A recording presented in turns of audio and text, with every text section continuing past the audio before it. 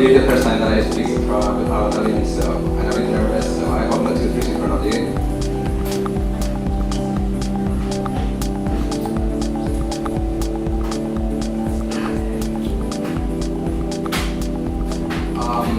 Well, as Manu mentioned, my name is Alberto and I work as a freelance graphic designer, and I've been working for different studios.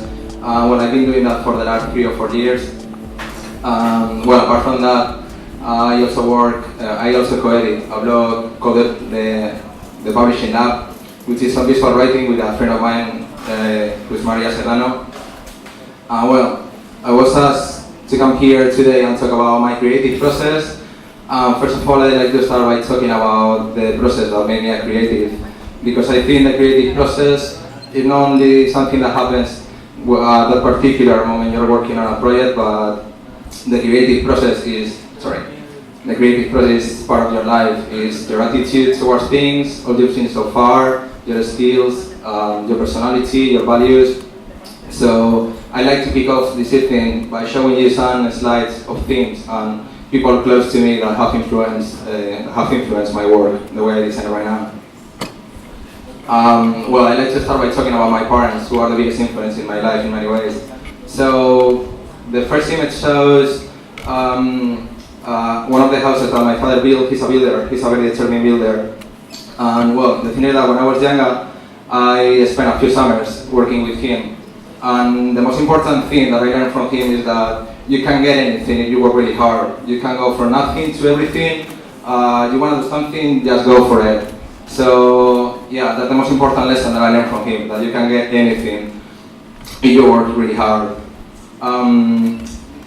Another lesson, this is a picture of my wardrobe. Well, the thing is that something that I'll never be able to get out of my mind is the image of my mom telling me over and over again to tidy up my wardrobe, to organize my room, to get rid of all unnecessary things. And well, of course, not tidying up, not being as usual. And that still works today. But why am I telling you this? Because I like to have everything organized in my life itself, my wardrobe, my room, and I'm a bit of a control freak as well. So for me, it's all about grit and neatness.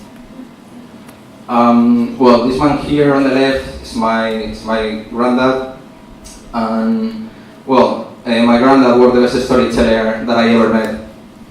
And the way he told the stories about anything and everything really got to me. One of the most important ones, well, one of the most interesting ones, is that one in which he went to Switzerland for 10 years, leaving his family behind because there was no work in Spain. And I'd really like to tell you more about this story, but I would run out of time. I just want you to keep in mind the storytelling part, the storytelling concept. So, next slide. So, I've been always into 3D animation. I love 3D animated films, and well, the thing is that I got started in design because I was told that graphic design would be the foundation to do 3D animation, but somewhere along the way, I fell in love with graphic design, with the graphic part of it. Well, here I am today, and as you can see, I wasn't really good.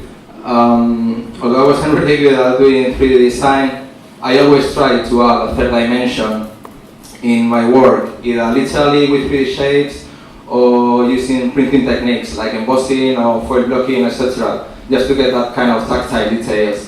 Well, this is one of the renders that I made whilst I was at uni in Spain.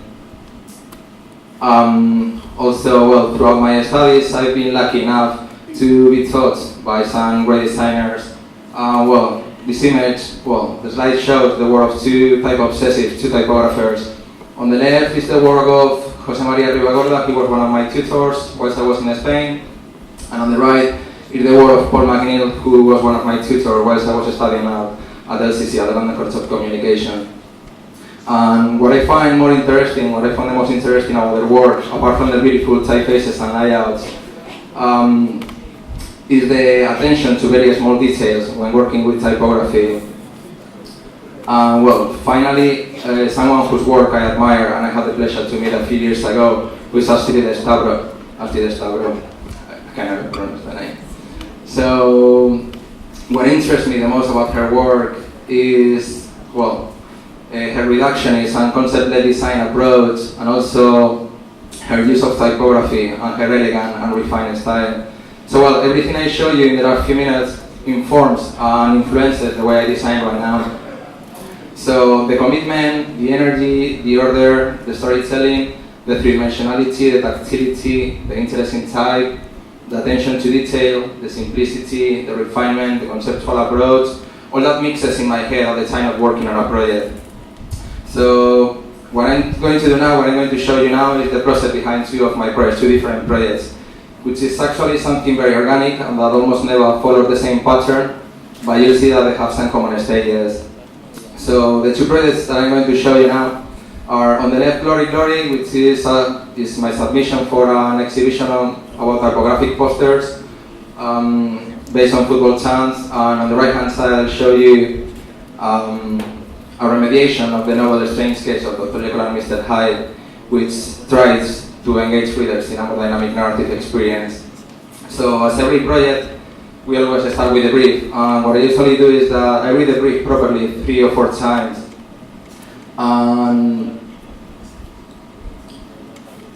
I read the brief 3 or 4 times, and then let it sink in my mind for a few hours or even a few days when possible. Was working on something else. For me, it's also really important to highlight the keywords that will possibly give me the clues to the design solution. So the next stage is the research, and well, I do some research on the subject. In the case of the poster, I did some research on football chants, and in the case of the book, I did some research on visual writing. Next stage is brainstorming, and what I do here is that I usually put down every single concept that crosses my mind, regardless of how crazy those concepts or ideas are. So the next step will be sketches, and make some sketches of my favorite ideas from the brainstorming. Well, as you can see, my sketches are a bit crappy. I'm not really good at drawing, but they are good enough for me to understand what kind of ideas could work.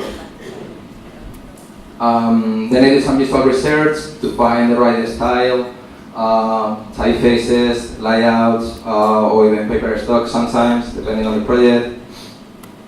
And then I make some visuals, some mock-ups. In the case of the poster, I made some visuals on the computer, and in the case of the book, apart from making some visuals on the computer, I also print them out and made some mock-ups to see how they would look like in the flesh. So for me then, the next stage is feedback. What I usually do is that I ask my peers for some feedback and constructive criticism, just to see if those projects could be improved or what they think about them.